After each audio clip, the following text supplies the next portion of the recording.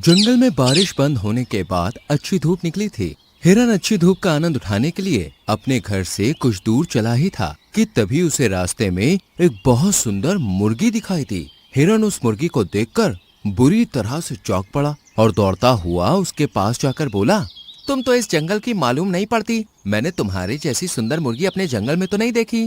तुमने बिल्कुल सही कहा सुंदर हिरन, मैं इस जंगल की नहीं हूँ, मैं बहुत दूर से आई हूँ। बहुत दूर से आई हो? मैं कुछ समझा नहीं। मेरा जंगल दूसरे देश में है। मैं एक बहुत ही खास समुदाय से ताल्लुक रखने वाली मुर्गी हूँ। तो क्या इस बात को हमारे जंगल का राजा शेर जानता है? मुर्गी हंसते हुए हिरन की ओर देखकर बोली, मैं जिस समुदाय से ताल्लुक रखती हूँ वो बहुत ही प्राचीन और खास समुदाय है। हमारे समुदाय की मुर्गियाँ किसी भी जंगल के बगैर राजा की इजाजत के बगैर रुक सकती हैं और कोई हमें अपने जंगल में रुकने के लिए क्यों रोकेगा। हम किसी को नुकसान नहीं पहुँचाती। इतना बोलकर मुर्गी आगे बढ़ गई, मगर वो नहीं जानती थी कि उसकी इस बात को ब्लैक बर्ड बहुत ही गौर से सुन रही थी। ब्लैक बर्ड उस मुर्गी को बहुत ही गौर से देखते हुए बोली, ये तो प्राचीन समुदाय से ताल्लुक रखने वाली मुर्गी है। मैंने सुना है कि साल में 3 दिन ये अपनी जुबान से जो भी बोलती हैं वो सच हो जाता है और ये समय तब शुरू होता है जब बारिश का महीना खत्म होने वाला होता है। मुझे इस बात का फायदा उठाना चाहिए। इतना बोलकर ब्लैक बर्ड सीधी उड़ती हुई उस मुर्गी के पास जाकर बोली, क्या तुम मुझसे दोस्ती करोगी? हाँ, मुझे दोस्ती करना अच्छा लगता है, लेकिन क्या तुम मुझे जानती हो? नहीं, मैं तुम्हें पर्सनली तो नहीं जानती, लेकिन इतना मैं जानती हूँ कि तुम बहुत ही खास समुदाय से ताल्लुक रखने वाली हो। तुम जिस समुदाय से हो उस समुदाय की इज्जत जंगल का हर राजा करता है और तुम कभी किसी को नुकसान नहीं पहुँचाती। ये सुनकर मुर्गी खुश हो गई। तुम तो मेरे बारे में बहुत कुछ जानती हो। मैं भी तुम्हारे साथ साथ आगे आगे चलती हूँ। मुर्गी ब्लैक बर्ड के संग कुछ दूर चली ही थी कि तभी वहाँ पर रानू चिड़िया आ गई और उस मुर्गी की ओर देखकर बोली, तुम्हें इस ब्लैक बर्ड की बातों में नहीं आना चाहिए। शायद इसने तुम्हें पूरी बात नहीं बताई। ये मेरी दोस्त है, इसने मुझे बताया कि मैं कितनी शक्तिशाली हूँ। मेरे रास्ते से हट जाओ, नहीं तो मैं अपनी जुबान से तुम्हारे खिलाफ उल्टे सीधे शब्द निकाल दूंगी। फिर मत कहना कि ये क्या हुआ। फिर रानू चिड़िया मौके की नजाकत देखकर वहाँ से चली गई। ब्लैक बर्ड मुर्गी के साथ आधे दिन तक घूमती रही। दोपहर के समय ब्लैक बर्ड मुर्गी से बोली, मेरा आम खाने का बहुत मन कर रहा है। अब इसमें तो मैं तुम्हारी कोई मदद नहीं कर सकती। आम तो पेड़ की डाली पर लटके हैं और मैं इतना ऊंचा नहीं उड़ सकती। शायद तुम नहीं जानती, अगर तुम अपनी जुबान से कहोगी कि आम का गुच्छा नीचे गिर जाए तो गिर जाएगा। क्या मतलब? ऐसे कैसे हो सकता है? ऐसा मुमकिन नहीं। शायद तुम्हें अपनी शक्ति का ज्ञान ही नहीं है। अगर तुम्हें विश्वास नहीं होता तो ऐसा करके देख लो। मुर्गी ने ठीक वैसा ही किया। अगले पल आम का गुच्छा जमीन पर गिर पड़ा। ये देखकर मुर्गी विश्वास भरी नजरों से आम के गिरे हुए गुच्छे को देखने लगी। शायद तुम्हारे समुदाय और परिवार लोगों ने तुम्हें बताया नहीं कि तुम मुर्गियों में एक बहुत सी खास शक्ति होती है। तुम जो बोलती हो वो सच हो जाता है और उसके बावजूद भी तुम सबसे कमजोर प्राणी हो, जबकि जंगल का सबसे ताकतवर प्राणी तुम्हारी समुदाय की मुर्गियों को माना जाना चाहिए।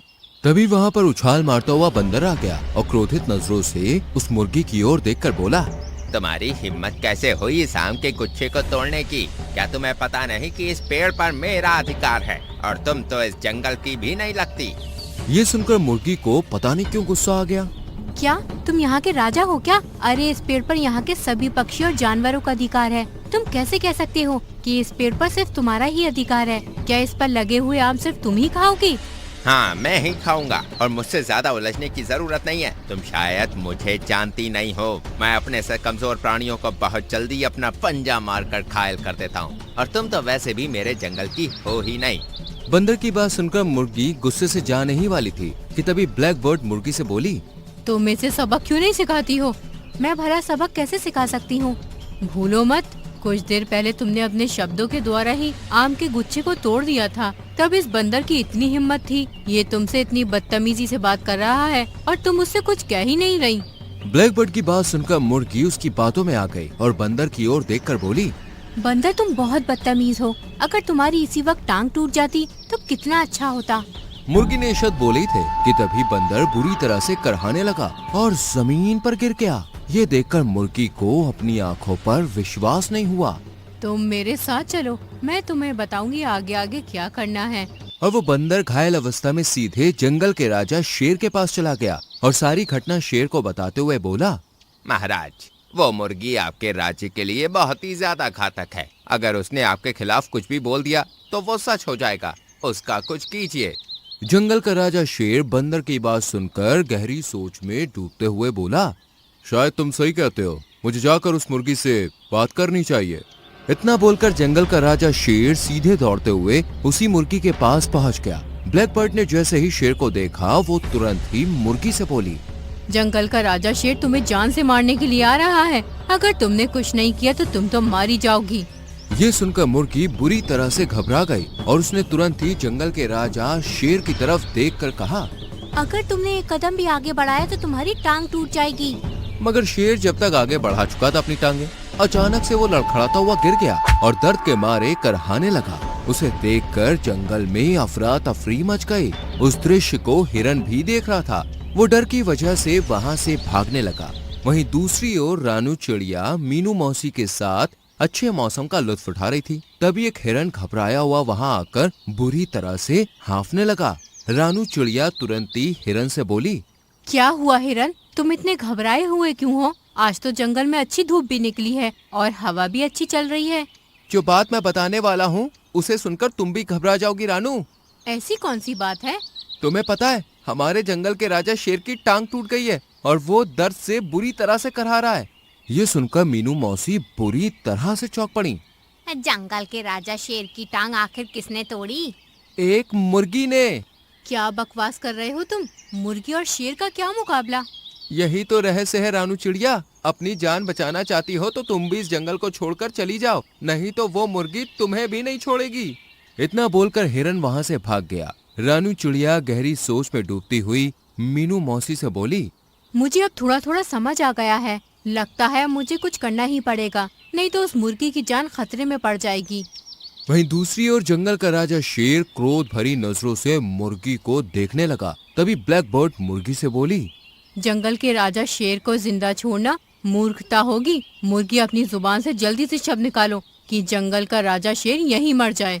तभी वहाँ पर रानू चिड़िया मौसी के साथ उड़ती हुई आई और मुर्गी की ओर देखकर बोली, ऐसा भूल कर भी मत करना मुर्गी। तुम शायद नहीं जानती कि ब्लैक बर्ड तुम्हारी ताकत का नाजायज फायदा उठा रही है। ये तुम्हारी दोस्त नहीं बल्कि दुश्मन है। हमारे जंगल के राजा शेर तो तुम्हारे समुदाय के लोगों का बहुत सम्मान करते हैं।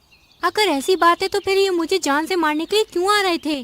शेर कराहता हुआ मुर्गी से बोला, मैं तुम्हें जान से मारने के लिए नहीं आ रहा था खास समुदाय की मुर्गी, बल्कि तुमसे ये पूछने आ रहा था कि आखिर बंदर ने ऐसी क्या गलती कर दी कि तुमने उसकी टांग तोड़ दी।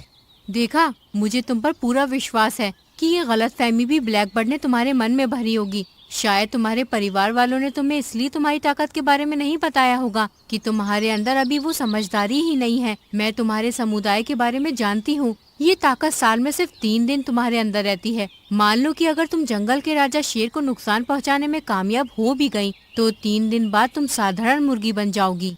ये सुनकर मुर्गी को पछतावा होने लगा। वो जंगल के राजा शेर की ओर देखते हुए बोली, मुझे क्षमा कर दीजिए शेर राजा। मैं चाहती हूँ कि जंगल के राजा पहले जैसे ही सही हो जाएं और बंदर की टांग भी सही हो जाए। अगले ही पल जंगल का राजा बिल्कुल सही हो गया और क्रोधित अवस्था में ब्लैक बर्ड की ओर देख के बोला, तुम्हें तो अब मैं कारागार में ही डालूंगा। ब्लैक बर्ड, तुमने अब सारी हदें पार कर दी है। जंगल के राजा ने ब्लैक बर्ड को गिरफ्तार करके जेल में डलवा दिया और इस तरह रानू चिड़िया फिर से सबकी हीरो बन गई।